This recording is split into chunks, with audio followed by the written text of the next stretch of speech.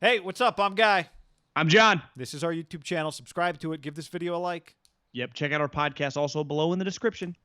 All right, I want to run a theory by you, Middlecoff, because it became official. The 49ers announced they won't have fans for the first game they play against the Arizona Cardinals. My theory is that the 49ers are one of the teams in the NFL most hurt by no fans for two reasons.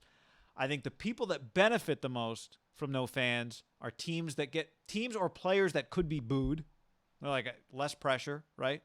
I was talking to our buddy Daniel Jeremiah the other day. He's like, Will Myers, this is a guy, people are always like going hot and cold on him. No fans. I always liked him. Maybe no fans makes it easy. People always want more out of him, and so maybe it's been good for him.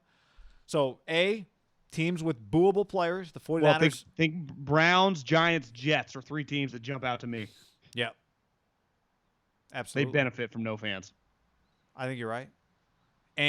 But I think there's messy, right? Because on the other hand, you'd be like, well, we want fans when we play Joe Burrow in Cincinnati if we're Cleveland, right? So it's a little to me, it's all bad for the Niners because you got no booable players, so there's no benefit to no fans. And two, you've become, and we saw it start to trend. Remember early in the Levi Stadium days, like, can this place get loud? Turns out, if you're really good and a lot of people there that care, then yeah, your stadium can get loud.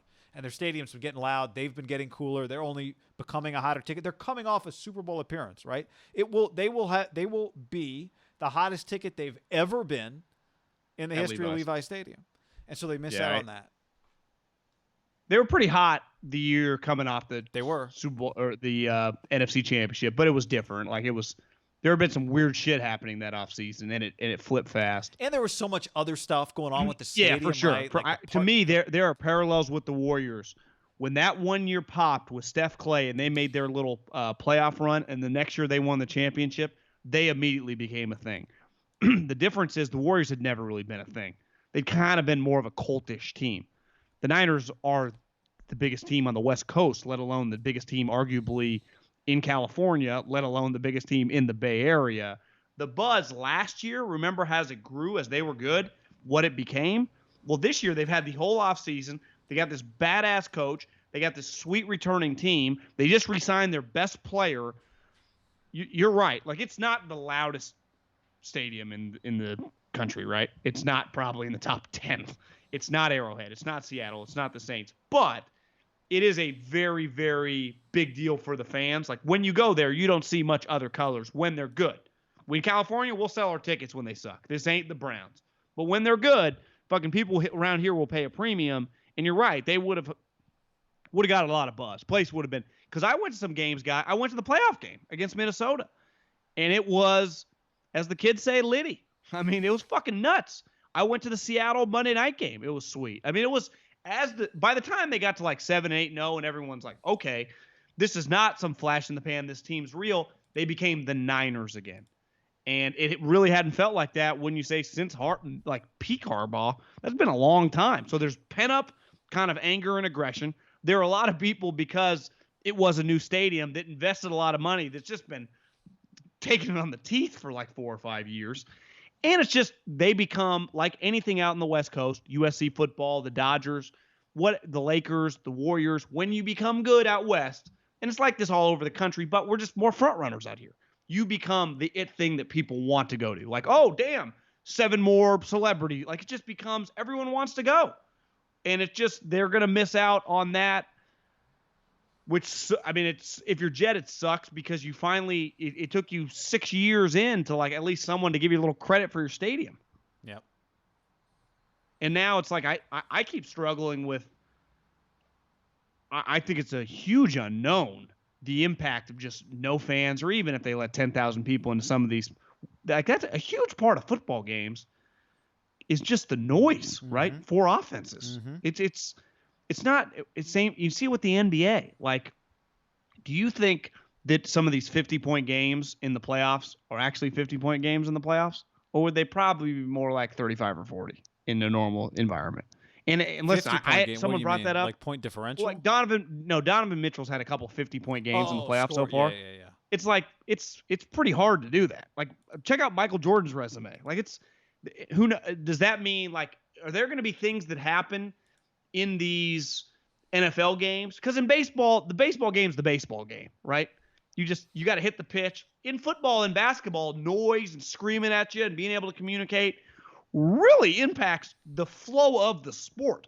Like there's not, if I'm cutting off or, pick off play, like does it impact baseball that much? Because my take would be no.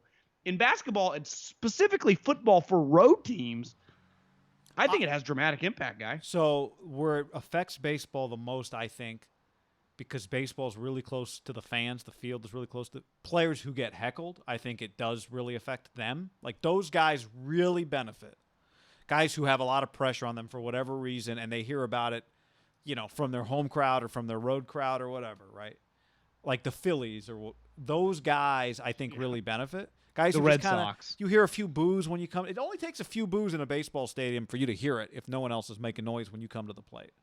So I think those guys benefit. I think in basketball, I think where it really hurts, to your point on scoring, home teams who have to play defense, right? Home teams, you're on defense in the NBA. We know people try less hard on defense than they do on offense by and large. Crowd energy, just that sort of the juice you get from your home crowd when it's time after 4 quarters of basketball to nut up and D up. Like, I think maybe that's where it affects people. I heard like Goran Dragic on with Woj. He said one thing that they've noticed in the bubble, and the shooting has been way up in the bubble. The corner threes, well, on the road, people are yelling at you, and the opposing bench is back now. He's like, you don't actually feel as like intimidated with guys right there. If you notice, they're just draining threes in this bubble. The offense is skyrocketing, and it already was in the NBA, but now like it's just a little looser. If I'm just like, right? Yeah. It just doesn't exist. And then if you're Nick Bosa at home, that's a disadvantage, right? If you're Nick Bosa playing a home game, that's a disadvantage. You're saying without the crowd there to mess up their offense. Yep. But it's definitely an advantage for them when they go on the road. So it's a give and take. I mean, advantage but in I'm the just sense, saying, advantage like, in the I sense think that your offense can communicate on the road. I'm just saying elite pass rushers. Like the 49ers have an elite left tackle, like they just got a really good offensive line. They've got an experienced quarterback or more experienced quarterback. I just think elite pass rushers, like who's the most elite pass rusher in the division? Well, edge rusher, you'd say Aaron Donald. Like you do benefit probably. But look at him. Like they announced today, LA no fans. Yeah. So, who plays in there? Joey Bosa and Aaron Donald. Now, Joey. I'll tell you, I've been fucking playing road games for my entire career. But Aaron Donald, you would have imagined non-coronavirus that the LA Rams would have had a decent crowd this first year, right? Have you seen some of the pictures of the crowd? Look pretty. The stadium looks awesome. Incredible. Yeah. I want to go. I don't know about you. It's like in the next couple of years, I want to attend that place. Gorgeous. I'd go to. You want to go to Niner game there in like 2 years? Yeah. Absolutely. You think Kevin Demoff will give us some sweet tickets? Why not? I don't know Nothing the guy. But complimentary. Yeah. Pro Rams. Like this video. Yes.